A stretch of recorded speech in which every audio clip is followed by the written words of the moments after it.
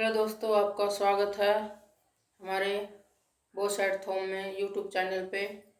आज मैं आपको कथा सुनाने जा रही हूँ सफला एकादशी महात्म्य। आज पौष मास के कृष्ण पक्ष की सफला एकादशी है। भगवान कृष्ण युधिष्ठिर को कहते हैं कि जब तप स्नान तीर्थ दान पुण्य जो करता है वो मैं उससे इतना प्रसन्न नहीं होता जितना कि एकादशी व्रत करने वाला मेरे को बहुत प्रिय होता है। वो मेरे को प्राणों से भी प्रिय लगता है। आज सफला नामक एकादशी है पौष मास की, और इसमें नारायण जी का पूजन किया जाता है और ऋतु अनुसार फल फूल धूप दीप से उनकी पूजा की जाती है। और सफला नामक एकादशी सभी कार्यों में सफलता दिलाती है। इसका महात्म्य इस प्रकार से प्यार से ध्यान से सुनो। इसकी कथा का महात्म्य इस प्रकार है, प्रेम से सुनो।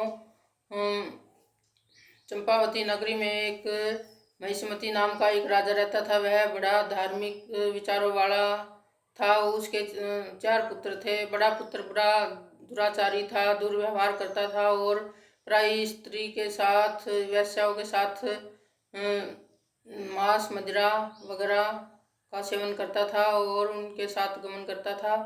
और चोरी भी करता था। ये सब उसके पिता को अच्छा नहीं लगता था। उन्होंने वहाँ से अपने राज्य से उसको निकाल दिया। वह वन में जाकर रहने लगा। वन में एक पीपल का पेड़ था, उसके पेड़ के नीचे रहने लगा। लेकिन बोलते हैं उसकी दुम टेढ़ी की टेढ़ी रही। वह फिर भी वहाँ अपने पिता के राज्य में आकर चोरी करता था और पुलिस उसको पकड़ ले जाती, फिर छोड़ देती थी। एक बार उसने आकर फिर से चोरी किया तो उसके कपड़े निकलवा कर उसको खूब मारपीट की और उसको वन की तरफ भेज दिया। वहाँ वह अपने उस वृक्ष पीपल के पेड़ के नीचे चला गया।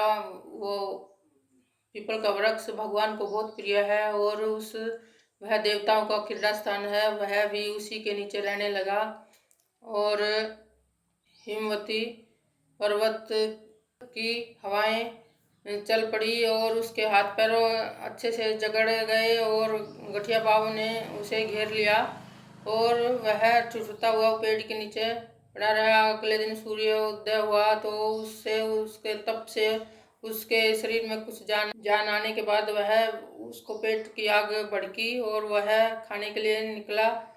तो उसको उस दिन पेड़ पर भी नहीं चढ़ पाता था। तो उसने क्या किया, पेड़ के नीचे फल फूल जो पड़े हुए थे आसपास में वही उठाकर ले आया और पेड़ के जड़ में रख दिया। अब प्रभु इसका सेवन आप ही करो, मैं तो इसी जिंदगी से जीने का क्या फ़ायदा, अभी इसको मैं छोड़ देता हूँ इस शरीर को। मेरे को अभी जीने से कोई लाभ नहीं है। क्योंकि फिर वह रात भर भगवान प्रभु का नाम लेते हुए और रात बिताई। तो ग्यास का दिन था, उनको पता नहीं है जैसे कि अग्नि में हाथ डालने से वह जला देती है। उसी प्रकार जाने अनजाने में ये एकादशी का व्रत किया जाता है तो वो भी अपना फल देता है, अपना प्रभाव दिखाता है। इसलिए उसको जाने अनजाने में ये एकादशी का व्रत हो गया और रात भर भगवान प्रभु का ध्यान करते हुए उसने समय व्यतीत किया। और सवेरे भगवान बोले, लुम्पक से बोले कि अभी तुम अपने घर जाओ। ऊपर से एक अश्व आया और बोले इस पर तुम बैठकर अपने घर जाओ, अपने पिता के पास, और जो तुमने पाप किया था उसका पश्चाताप हो गया है और अभी घर में तुम्हारे पिता तुम्हारा इंतज़ार कर रहे हैं। घोड़े पर बैठकर जाओ। वह घोड़े पर बैठा और अपनी पिता के पास आया। पिता उसको अपनी राजगद्दी देकर वन की तरफ प्रस्थान किया और तप करने के लिए निकल गया। ऐसी है सफला एकादशी, सब कार्यों में सफलता देने वाली पतित पावनी एकादशी मैया की जय। बोलो एकादशी मैया की जय। सफला एकादशी माता की जय। ओम नमो भगवते वासुदेवाय। ओम नमो भगवते वासुदेवाय। ओम नमो भगवते वासुदेवाय। ओम नमो भगवते वासुदेवाय।